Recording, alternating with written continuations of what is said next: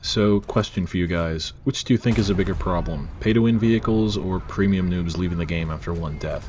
If you said premium noobs leaving, then you'll probably be very happy about this pack, since if Gaijin keeps creating more like this, it will do a lot to address that problem. But if you said pay-to-win vehicles, you're probably not going to like what you're about to hear. In case you thought the Tigers in this pack just had some cosmetic differences to the one in the tech tree, you'd be wrong. These are straight up upgrades, and pretty serious ones in my opinion. If you want to find out more, stick around, and I'll go over everything you need to know about the vehicles in this pack. Let's get straight into it. Just do it! So, while I'm not the biggest fan of having better premium versions of tech tree vehicles locked behind a paywall, it could be said that I'm a bit of a Tiger 1 simp. It actually holds the distinction of being the only ground vehicle to get its own skill issue guide so far, which I'll leave linked in the end screen, so when I saw this pack, I bought it immediately. The thing about these Tigers that really set them apart for me is that despite being 5.7 Tiger H1s, they get rid of these awful little anti-personnel mortars on the corners of the hull, which those of you who play the Tiger are probably well aware of and sick to death of, since they obstruct your gun while you're trying to shoot while angled. It might not seem like a lot of a difference, but take my word for it, if you don't play this vehicle, it is incredibly annoying, and I don't think I can emphasize enough just how much of a quality of life improvement it is not to have to deal with this little nuisance. This is not the only upgrade though. The other big difference is the armor. These Tigers basically got the same treatment as the Italian Tigris, and got some extra track armor on the flat parts of the front hull as well as a few other spots.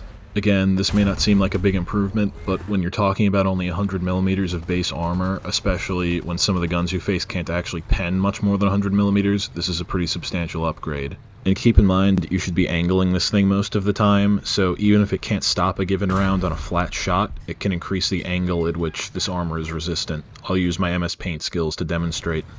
Hopefully this horrible little sketch gives you an idea of what I'm talking about.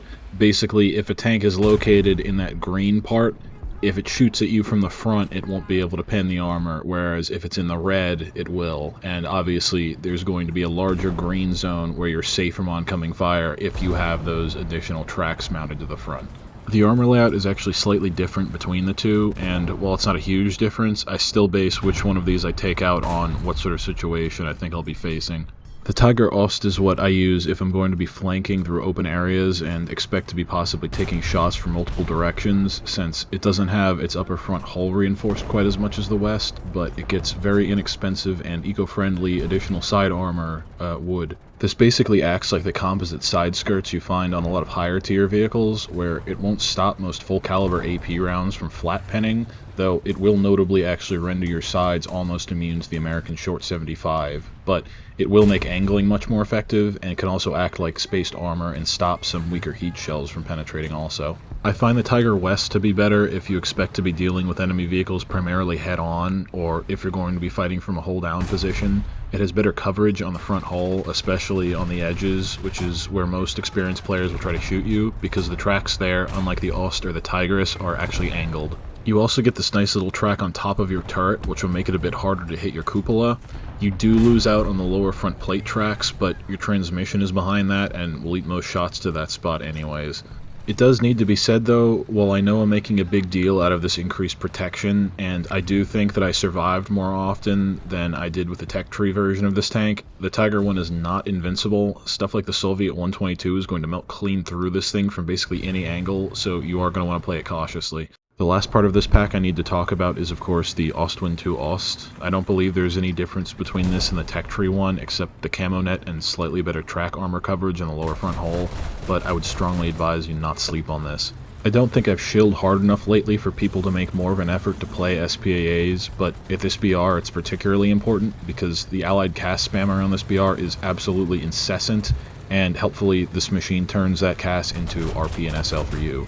If you're used to the M42 Duster or other 40mm Bofors equipped SPAA, this one is going to be a big step up for you. It has a much faster rate of fire, and its top shell, the Mediengeschossgranat 18, gets both a higher velocity and about 50% more HE filler than what you'd find in a normal 40mm HE shell. It also gets armor-piercing high explosive rounds instead of just armor-piercing solid shot, which, while useless against more heavily armored targets, can punch through the lower side armor of Shermans and T-34s, having 49mm of flat pen.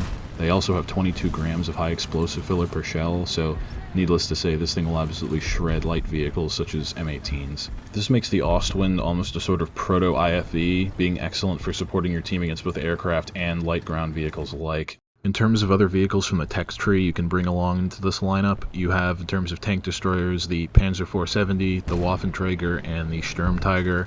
And of course you have about half a dozen other Tiger variants you can bring along, which honestly I don't think you'll really need. In terms of aircraft, you have two versions of the 109, the G10 and the K4. Both of these get one bomb, and while they're not the best at low altitude compared to something like a Spitfire or a Yak-3, they're still perfectly serviceable.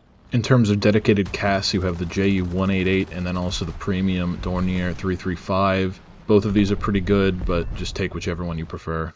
So obviously though, this is a fantastic value. I highly recommend this pack. I would give it a 9 out of 10 overall. The only thing that holds it back for me is that the matchmaker is not friendly to this BR at the moment, and you will be getting mostly up tiers.